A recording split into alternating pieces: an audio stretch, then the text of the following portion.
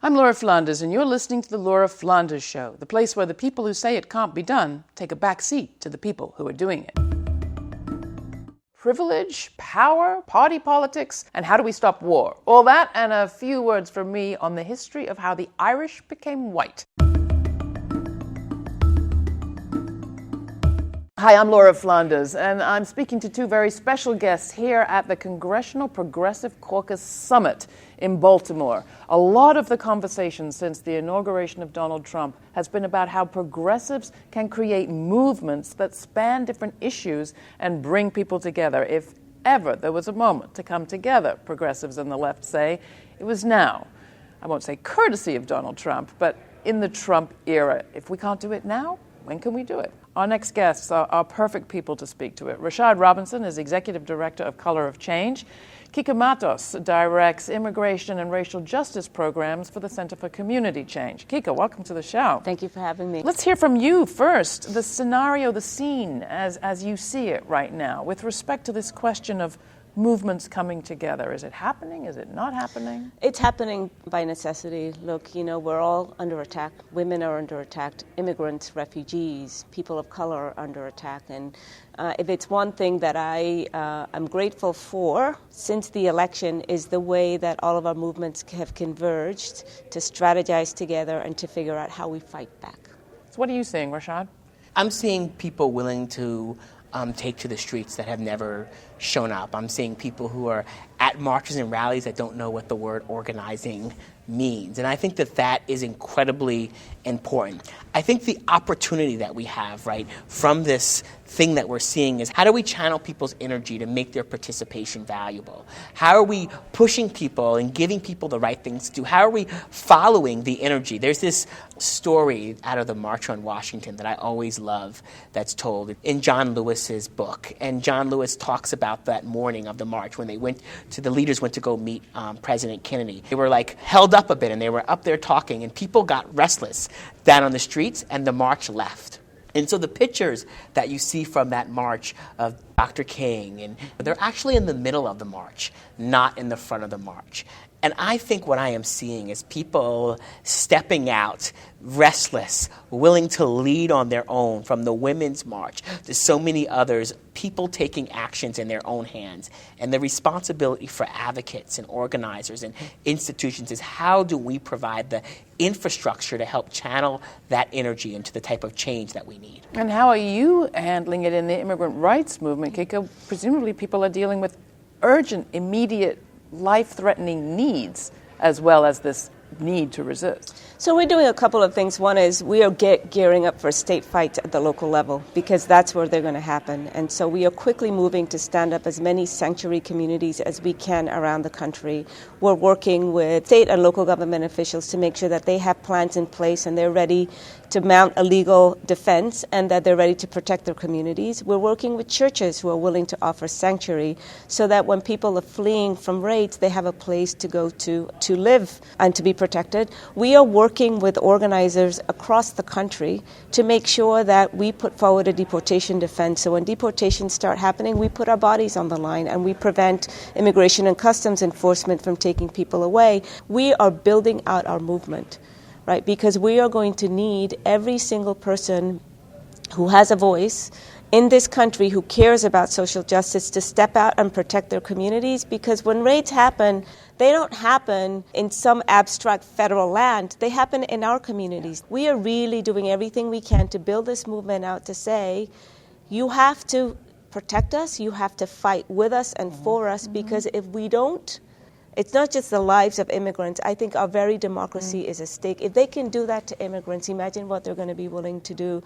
to any dissenting American. But this isn't a brand new moment, although there are new aspects to it. And it has to be said that the fight for immigration justice, that's led by the Dreamers and others, didn't see a lot of African American participation. The fight for Black Lives Matter was largely a black movement. What's going to make it different this time? Is it already different, Rashad?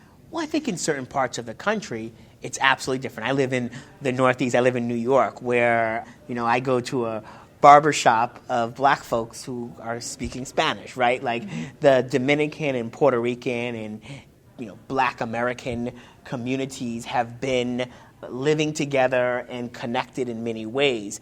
I do think, though, that this is a real opportunity because so much, not just in terms of black and brown, but so much of the connections that we've had have been weaved together by leaders and not necessarily always at the institutional level. People being in the same boat in this moment, having to fight the same type of fights collectively, that criminal justice isn't your issue over here and immigration isn't yours, but we've got an authoritarian leader that has weaved all these things together and is going to create a hostile climate that we've all got to face back. Now, we've got an opportunity to fight. That's Rashad Robinson, Director of Color of Change, with Kika Matos from the Center for Community Change. I'm Laura Flanders. More to come right here on The Laura Flanders Show. Subscribe to our podcast at lauraflanders.com, and if you feel like it, add a review. Thanks. So, Kika, really interesting thing that Rashad just said, that sometimes our movement leaders connect, but the base doesn't connect. What work needs to be done there, or where does that connection happen? Well, here's the irony. What's happening right now in our communities is that the base is connecting much more than leaders are, because in moments of crisis, what happens? People set aside their differences and come together to work in the most strategically effective way possible. And so I'll give you an example. I live in New Haven, Connecticut, which is a sanctuary city. As soon as the executive orders came out, we decided to have a rally and a press conference. Who was on the podium speaking? Our mayor, who's African American, a leader in the African American church who's really well known, the police chief who's Latino, and then in the crowd, and then you had impacted immigrants talking and sharing their stories. In the crowd were folks from Black Lives Matter, were students from Yale University, faith-based leaders who were both in the crowd and also speaking, and it was this incredible outpouring and display of what movements can do when they come together. And all of those fights that we had last year about some piddly little thing that we didn't agree with, that was gone. And the energy in that crowd, people that we had never seen before, and people saying to us afterwards, this is the first rally I've been to in years, right? Students saying, wow, now I'm an activist, right?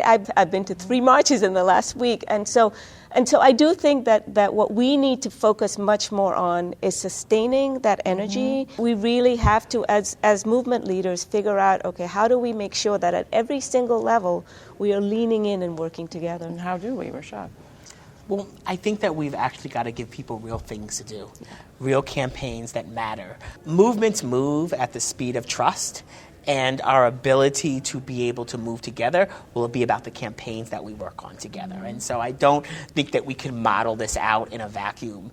We're going to have to find collective things that we work together on, and then we're going to have to model winning together and losing together and defending one another. We've also got to find the opportunities at the local level to win real-world victories. Yeah. On the left, oftentimes we think about winning as winning an argument or even winning elections.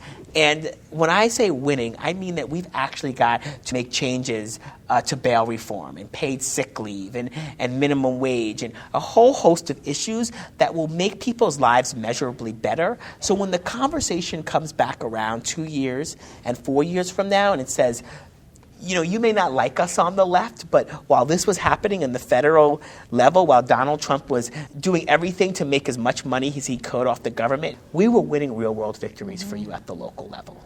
And that is the type of conversation that moves us beyond rhetoric with people, to actually people feeling like there's a stake in their participation, like their participation matters. So let me ask you both.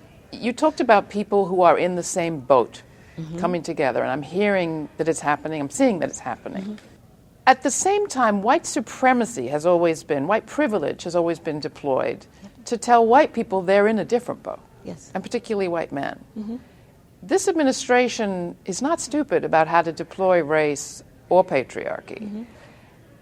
How do you inoculate yourselves, how do we inoculate ourselves against exactly that? The deployment of white privilege to tell white people they're in a different boat, and a boat that's against your boat.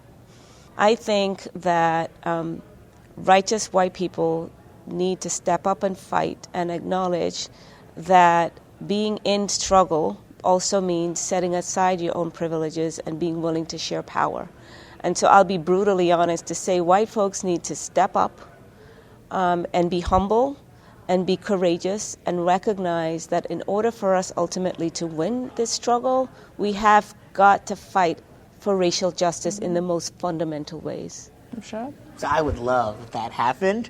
I also think on the left we have a lot of work to do because we have a brand problem on the left, and it's a brand that people don't actually want to get behind. In 2007, would anyone have guessed, or I should say I couldn't have guessed, that a man named Barack Hussein Obama would have been elected president? Yes, white supremacy exists. And at the same time, Barack Obama was elected and reelected because there was a brand of action that people could get behind even while all those other things existed. And so I hope from the lessons out of this election, we just don't think that, like, there's nothing we can do to face down sort of like these intractable problems of the ways in which whiteness impacts our ability to move, but that we can do a lot of things on our side to build a type of multiracial, multigender, multi-class movements that bring people in and can move this country forward. I also think that people could come to hate Donald Trump and not choose our side as a result. And we've got to be very careful about how we bring people together, because there could be movements of black folks and poor whites that come together to face back against Donald Trump and the attacks on healthcare, but those movements could actually still be like anti-immigration. There are all sorts of things that could happen, and so we just can't say Donald Trump's going to be bad and we're all going to come together. We also have a lot of work to do. Yeah. Final thoughts from you, Kika. A home truth about a pitfall that we've fallen into many times and how to avoid it, perhaps? I think that this is a moment that calls for people to radically not just step up and act, but to think about ways of doing things differently so that we actually not just defeat this man, but seize back our democracy. Because at the end of the day, I think this fight is about protecting and preserving our democracy. Kika Matos, Rashad Robinson, thank you both. Great to have you in this sort of pseudo studio we have here. Always great to see you in the streets, too. Thank you for having us. We're here at the Congressional Progressive Caucus Summit. Coming up next, Medea Benjamin from Code Pink. Stay tuned. For more of The Laura Flanders Show, subscribe to our program and our podcast for free at lauraflanders.com.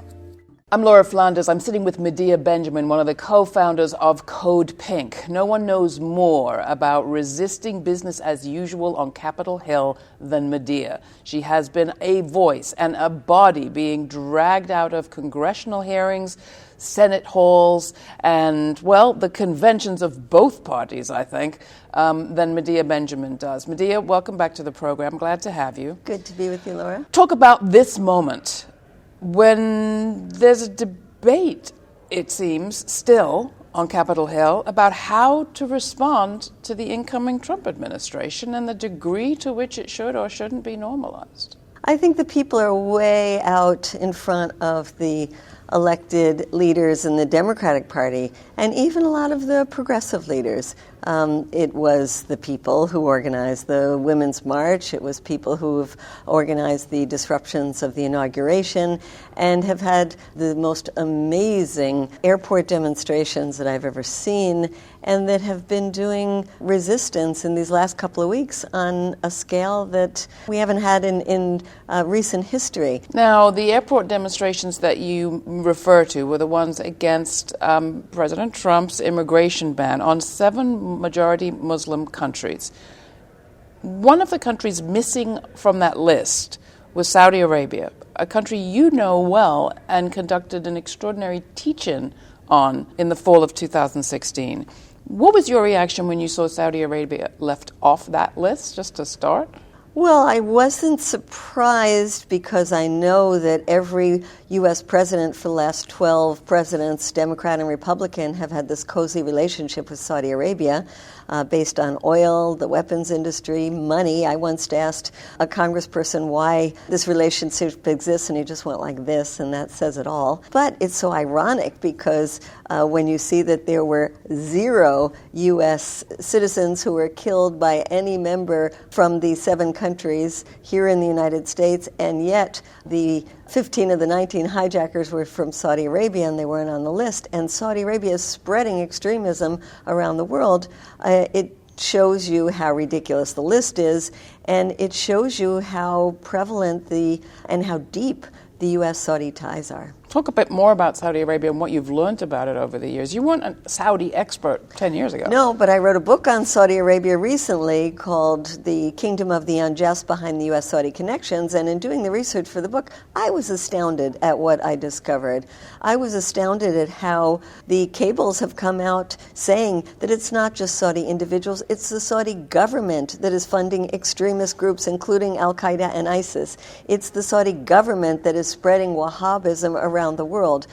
It's the Saudi government that has become the #1 weapons purchaser from the United States. So we are arming to the teeth the country that is most responsible for spreading extremism. And meanwhile, we pretend to our own people that we're fighting terrorism.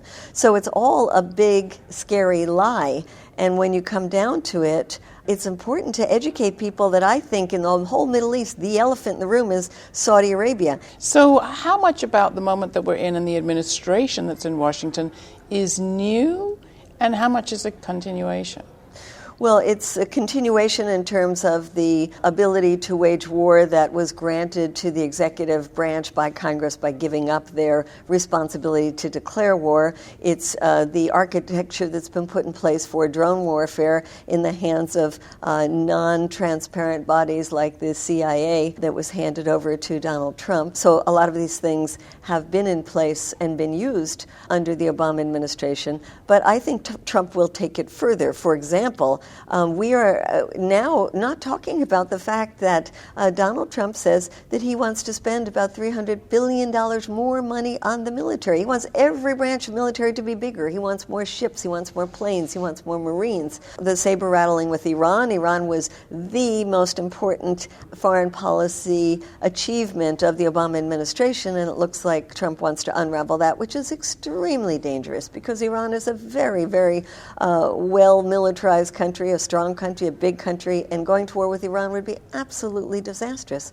So I am very worried about Donald Trump taking us even further into a more militarized world, not only in the Middle East, but of course the way he's been talking about China and other parts of the world. So why are we in this state? I mean, you've been there since the beginning of the Bush administration, frankly. We've seen the kind of waxing and waning of peace movements in this country.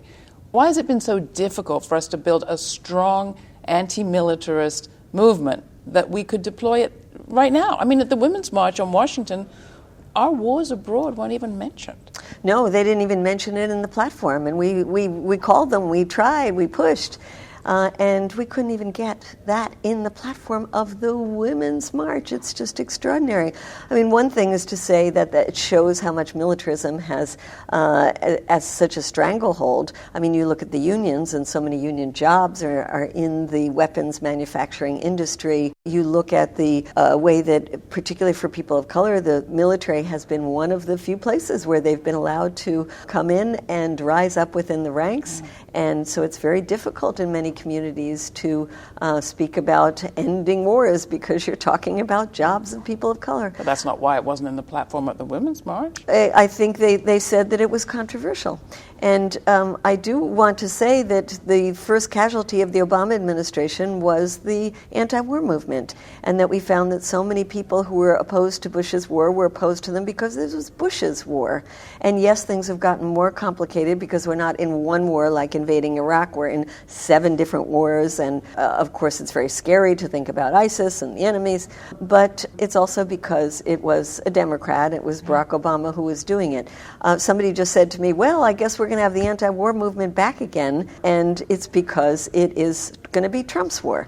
And Trump's war, I think, will be opposed by a lot of people who consider themselves Democrats, and maybe we will have an anti-war movement again, but it's terrible shame. And I take it as a personal failure, not being able to educate people enough, not being able to build enough support for an anti-war movement that is not tied at the hip to the Democratic Party. We haven't mentioned one topic that I want to make sure that we just touch on, and that is Israel-Palestine and the Middle East. When we talk about the discomfort that a lot of people have talking about our foreign policy, it's blended in with some still fear around talking about Israel-Palestine.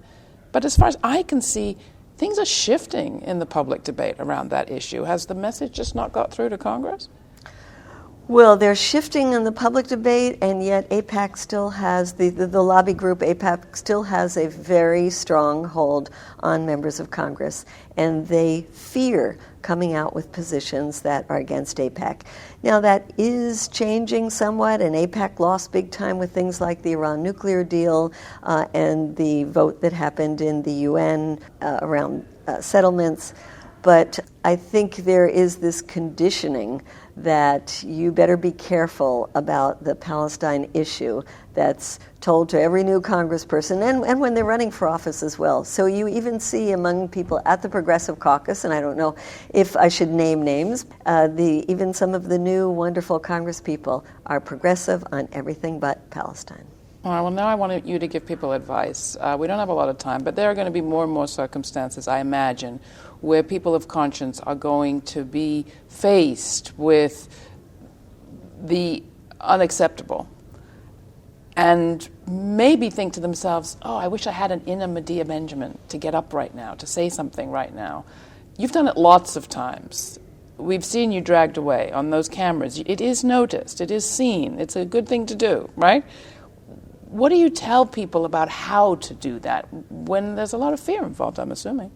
I think it's important for people to push themselves out of their comfort zones and to take the next step, whatever that next step would be. For a lot of people, just going out to march is a next step. For a lot of people, doing civil disobedience en masse, like was done in the climate group when 1,000 people got arrested. It was a very simple arrest, but people were like, yeah, I went to jail for justice. Whatever level you're at, take it up a notch. And then when you're up at that level, take it up a notch, because we have to be bolder, we have to be more courageous, we have to show resistance in so many different forms to inspire other people in the United States and to inspire people globally. And to be honest, a lot of what I do to show people outside the United States that we are not conforming to our government's militarism, our government's torture, our government's use of black sites, our government's disregard for the lives of people of color in our own country and outside our own country. So it's important to send those messages far and wide. How can people, if they want to connect with Code Pink, do that? They can go to our website, codepink.org, or our Facebook page. And also, we have an opportunity for people to join us in Washington, D.C. at the Code Pink Activist House. They can apply online for that as well.